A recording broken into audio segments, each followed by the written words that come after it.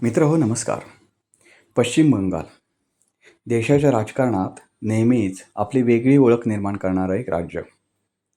इथे निवडणुका म्हणजे केवळ सत्तेची लढाई नसते. ती असते फक्त विचारसरणीची, अस्मितेची आणि भावनांची टक्कर. आणि गेल्या काही वर्षापासून या राज्याचं राजकारण एका व्यक्तिभोवती फिरतंय. ते म्हणजे ममता बॅनर्जी. गेली 15 वर्षे एका हाती सत्ता राखण्याचं धैर्य आणि कसब त्याने दाखवून दिलं. पण यावेळी काहीतरी वेगळं घडलं. ज्यांना अजिंक्य मानलं जात होतं त्यांनाच मोठा धक्का बसला. धक्का म्हणजे एवढा की त्यांच्या तृणमूल काँग्रेसचा तर पराभवच झाला, पण त्यांना स्वतःसुद्धा विजय मिळवता आला नाही. ज्या पक्षाला बाहेरचा म्हटलं जात होतं त्या भाजपनेच बंगालमध्ये सत्ता काबीज केली.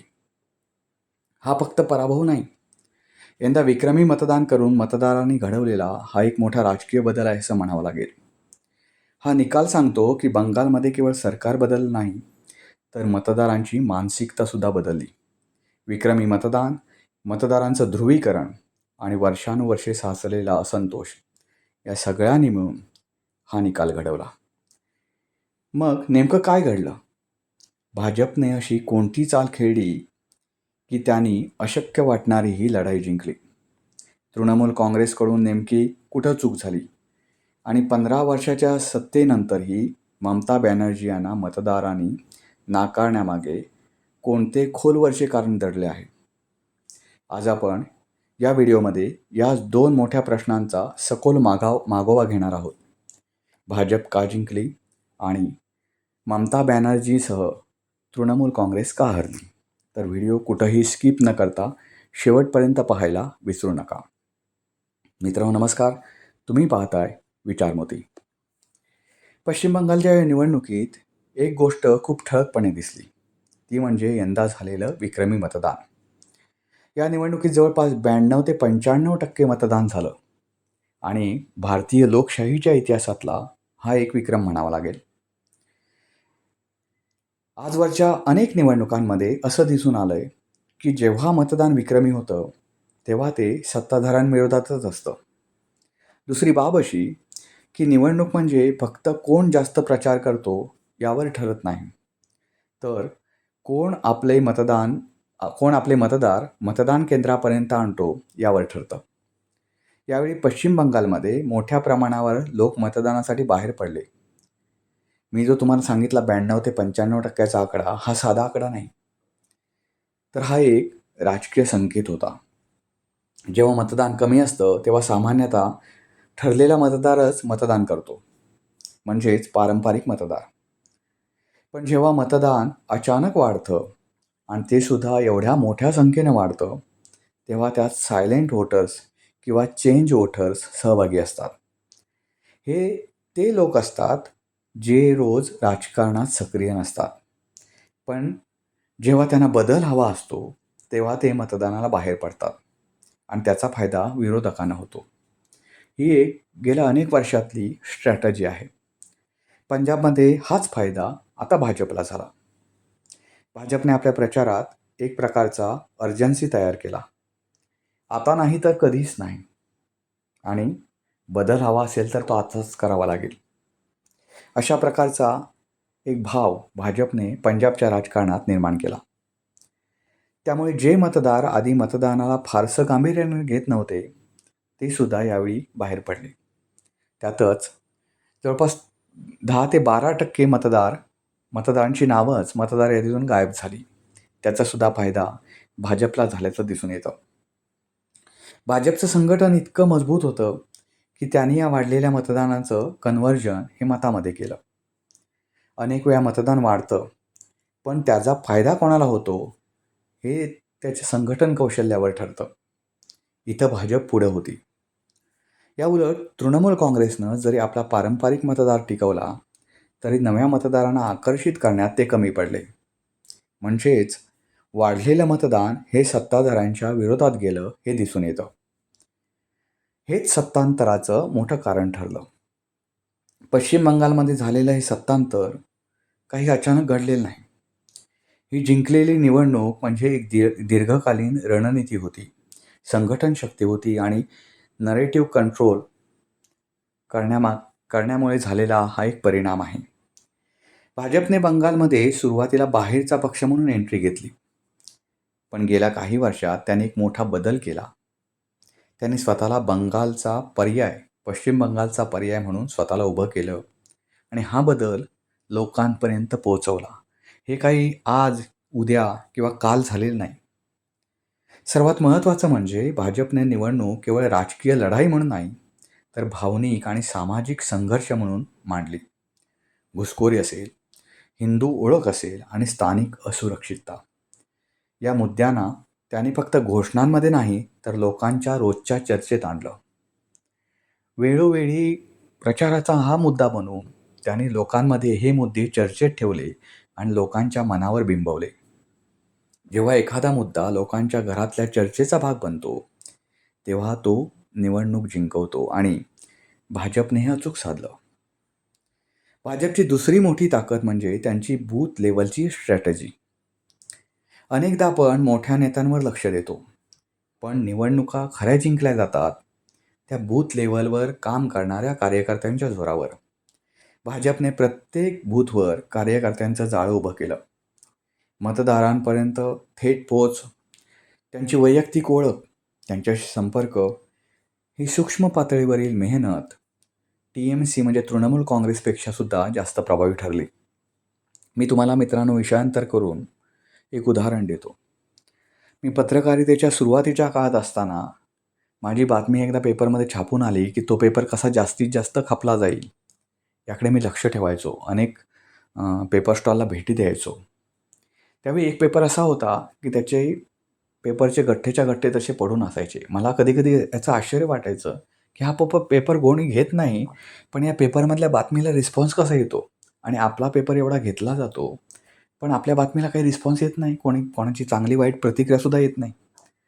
तर खूप वेळानंतर मला कळलं, खूप वर्षानंतर मला कळलं की ज्या पेपरचे गठ्ठे तिथे दिसायचे पेपर स्टॉलवर, त्या पेपरचा काउंटर सेल जास्त होता. त्याचा पेपरचा जो घरोघरी अंक वाटण्याचा जो सेल असतो तो खूप होता. पेपर स्टॉलवरचा सेल कमी होता. मित्रांनो, आपल्याला ह्या गोष्टी माहिती नसतात. आपण एका चौकटीत काम करतो आणि त्या चौकटीभोवतीचं जग हेच आपलं जग असतं, जसं त्यावेळी माझं होतं. पण प्रत्यक्षात पाहिलं तर दुसऱ्या पेपरचे गठ्ठे जे मला दिसत होते पेपर स्टॉलवर तसेच्या तसे पडलेले, त्या पेपरच्या लोकांनी घरोघरी जाऊन प्रत्येकाला पेपर वाटून जो स्वतःचा सेल वाढवला होता, तो न दिसण्यासारखा होता. भाजपच्या बाबतीत सुद्धा असंच झालं. भाजपने बूथ लेवलवर ताकद हळूहळू जशी वाढवली ती TMCच्या लक्षात सुद्धा आली नाही. TMC फक्त स्वतःच्या मर्जीत, स्वतःच्या धुंदीत राहिला आणि ते त्यांच्या पराभवाचं कारण ठरलं. तृणमूल काँग्रेसचे अनेक नेते तृणमूल काँग्रेसला सोडून गेले आणि त्यामुळे ममता बॅनर्जी स्वतः ह्या निवडणुकीत गोंधळलेल्या अवस्थेत दिसल्या. मित्रहो, या निवडणुकीमध्ये तिसरा एक महत्त्वाचा घटक म्हणजे नेतृत्वाचं दुहेरी मॉडेल.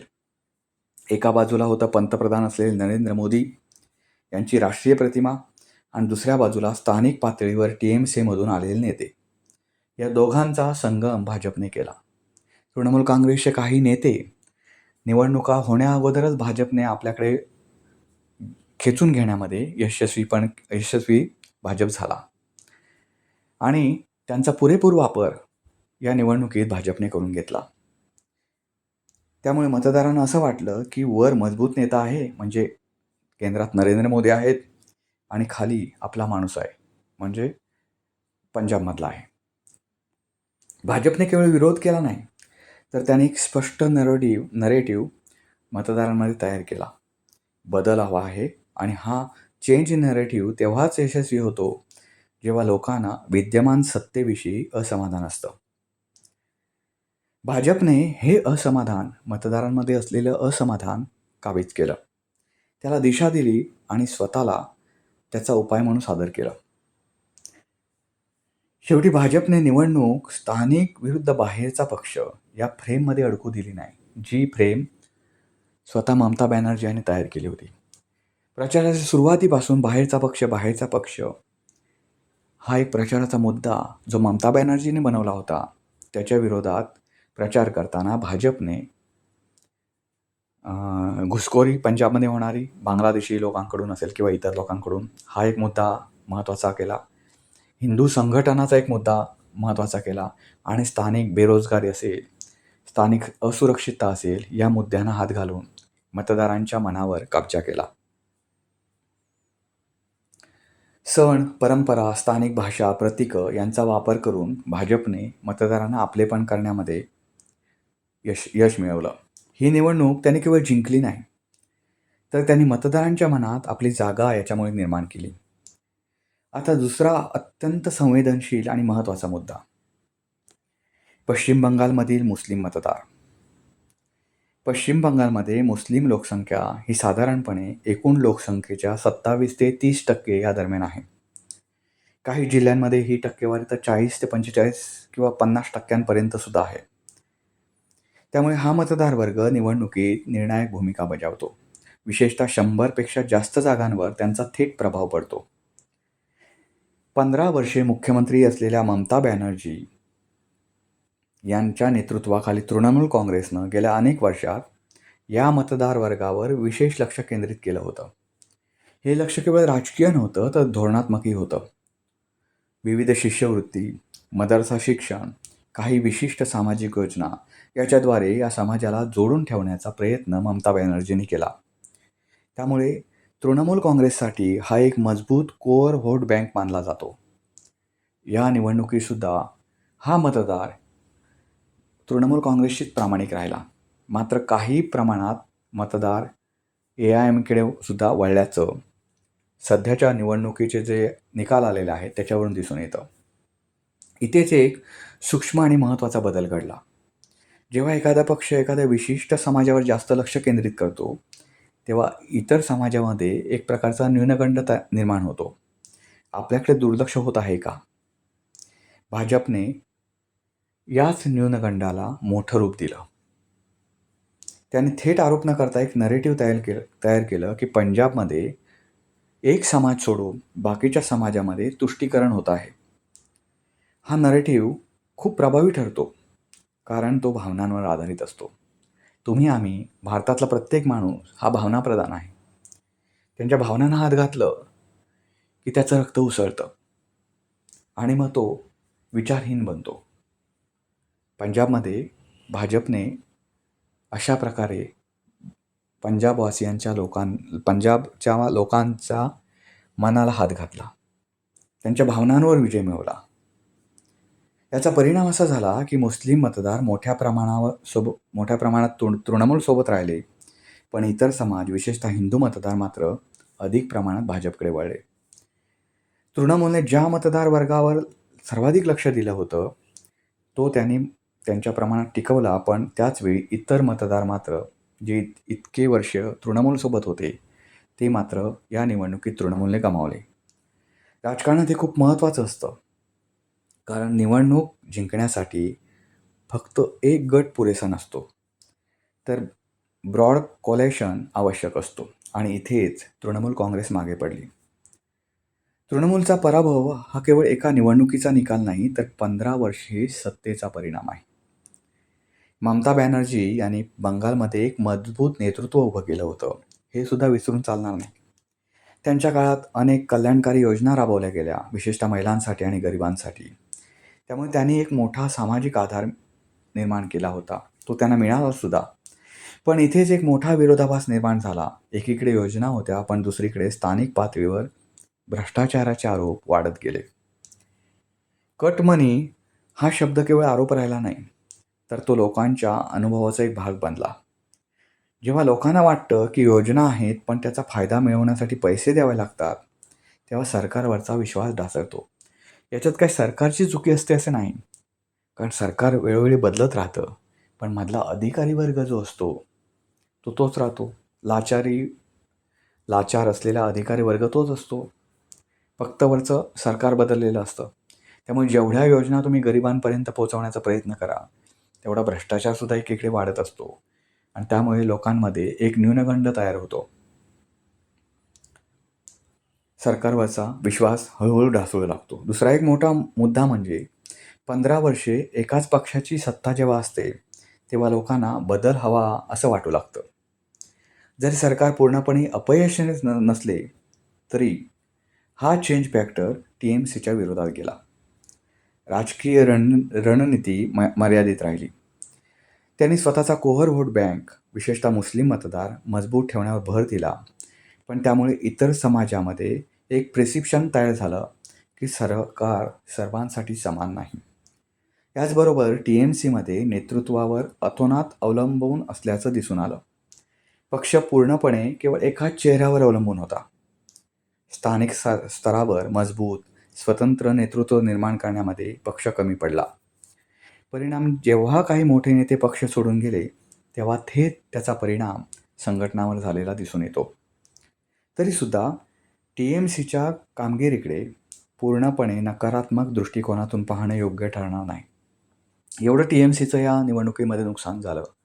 म्हणजे जवळपास 205 ते 207 जागा भाजपने जिंकल्या आणि जवळपास 85 ते 87 जागा TMCला मिळाल्या. एवढ्या मोठ्या प्रमाणावर TMCचं जर नुकसान झालं असलं, तरी म्हणून TMCकडे एक अपयशी पक्ष म्हणून पाहता येणार नाही. त्यांची वेळ, गणितं, त्यांच्या भूमिका ह्या चुकल्या आणि महत्त्वाचं म्हणजे 15 वर्ष त्याने जे राज्य केलं एक हाती सलग, त्यामुळे लोकांना बदल हवा असा वाटू लागला. त्यामुळे सुद्धा भाजपला मोठ्या प्रमाणावर मतदान झाल्याचं दिसून येतं. TMCनं सामाजिक कल्याणावर भर दिला. महिलांना राजकारणात आणि अर्थव्यवस्थेत सहभागी करण्याचा प्रयत्न केला. ग्रामीण भागामध्ये TMCने राबवलेल्या काही योजनांचा परिणामसुद्धा दिसून आला. या निवडणुका फक्त कामावर जिंकल्या जात नाही, तर त्या प्रिस्क्रिप्शन, नरेटिव्ह आणि ट्रस्टवर जिंकल्या जातात. आणि इथं TMC यंदा कमी पडली. शेवटी TMCची सर्वात मोठी चूक म्हणजे त्याने विरोधकांना कमी लेखलं. भाजप केवळ बाहेरचा पक्ष आहे असा समज त्यांनी लोकांमध्ये करण्याचा प्रयत्न केला. तो लोकांनी धुडकावून लावला. तोपर्यंत भाजपने जमिनीमध्ये आपली पाळं खोलवर रुजवलेली होती. या सर्वात महत्त्वाची गोष्ट म्हणजे भाजपने खोलवर रुजवलेली पाळंमुळं. तुम्हाला कळलं असेल की जेव्हा आपण एका ठिकाणी बसून अंदाज घेतो लोकांच्या मनाचा, तेव्हा आपल्याला जे वाटतं तसंच लोकांच्या मनात चालू असतं असं काही नाही. तृणमूलनं नेमकी ही चूक केली. मतदारांना समजून घेण्यात आलेली अडचण, अति आत्मविश्वास, ढासळलेली नेतृत्वाची फळी आणि दीर्घ सत्तेत असल्यानं एकाच सत्ताधीशाला कंटाळलेली लोक, हीच ममता दीदींच्या पराभवाला कारणीभूत ठरली असं म्हणता येईल. मित्रहो, या पंजाबच्या निवडणुकीबाबत ममता दीदींचा झालेला पराभव आणि भाजपने एक हाती इथे मारलेली मुसंडी, या संपूर्ण प्रकरणामागे, या संपूर्ण घटनांमागे तुमचं मत काय? तर ते कॉमेंट बॉक्समध्ये नक्की कळवा. व्हिडिओ आवडला असेल तर लाईक करा, शेअर करा, चॅनलला सबस्क्राईब करायला विसरू नका. पुन्हा भेटू पुन्हा एका अशा नवीन व्हिडिओसह. तोपर्यंत नमस्कार.